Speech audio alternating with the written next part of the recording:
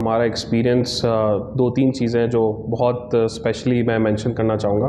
एक तो हमें बहुत ज़्यादा आसानी हो गई रोड टू मक्का की वजह से, जहाँ पे हमारी कराची से इमिग्रेशन हो गई थी और हमारे लिए इतना कन्वीनियंट था कि हमारा सामान हमारे होटल में जैसे ही हम उम्रा करके पहुँचे तो पहले से मौजूद था। तो हमें ना सामान की फ़िक्र थी, ना किसी इमिग्रेशन की फ़िक्र थी और अल्हम्दुलिल्लाह हमारा पूरा सफ़र जो था वो बहुत ही आसान था।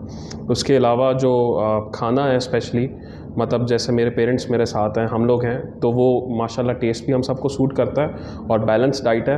अल्हम्दुलिल्लाह कोई इशू नहीं होता अभी तक, ना किसी को हमने देखा है कि कोई बीमार हुआ हो खाना खाने से या किसी को कोई और इशू हुआ हो। मतलब इतने एक्सट्रीम मौसम में भी हमें कोई परेशानी नहीं हो रही खाने की वजह से।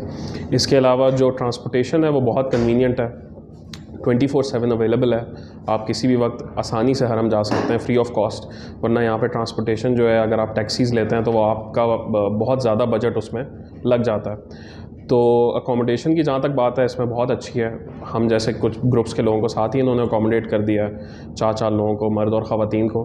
तो अल्हम्दुलिल्लाह किसी किस्म का कोई इशू नहीं है, साफ़ सफाई हो रही है, सारा कुछ हो रहा है। और प्लस अगर कोई इशू है तो आप बिल्कुल, आपके वहाँ मुआविनीन मौजूद हैं, वो बहुत हेल्पफुल हैं, बहुत क्विकली रिस्पॉन्ड करते हैं और बहुत जल्दी आपका कोई भी इशू हो तो वो हल कर देते हैं। सिम वाला तो इतनी कन्वीनियंस हो गई कि आप लैंड नहीं किए और आपकी सिम जो थी वो एक्टिव थी, उसमें इंटरनेट भी था, कॉलिंग थी। आप पहले जाके एयरपोर्ट से ख़रीदते थे सिम, जो कि कम से कम 70-80 और 100 जो है वो यहाँ पे रियाल की मिलती थी। तो इस दफ़ा कन्वीनियंस थी कि वो फ्री ऑफ कॉस्ट हमें दे दी गई और इंशाल्लाह वो सारा हमारा हज का टेन्योर उसमें ईज़िली निकल जाएगा, जहाँ तक सिम की बात है। दूसरा, मेरे जो साथी हाजी हैं, हुज्जाज हैं, उनके लिए मेरा यही पैगाम है कि प्लीज़ सब्र रखें, तहम्मुल का मुज़ाहरा करें।